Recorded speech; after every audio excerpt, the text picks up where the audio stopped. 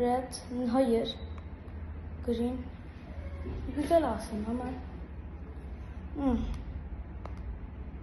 Bir dakika.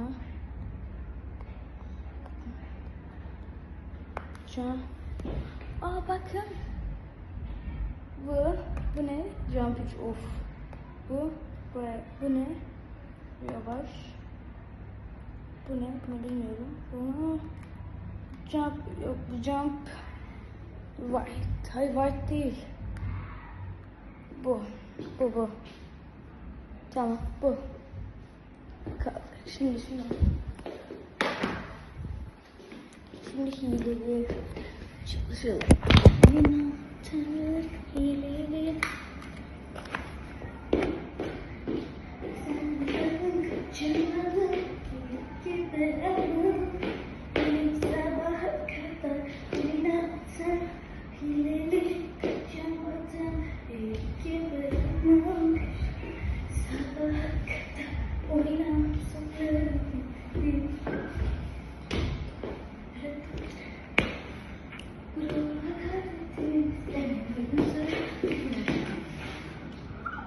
Aklıma çok güzel bir şey geldi.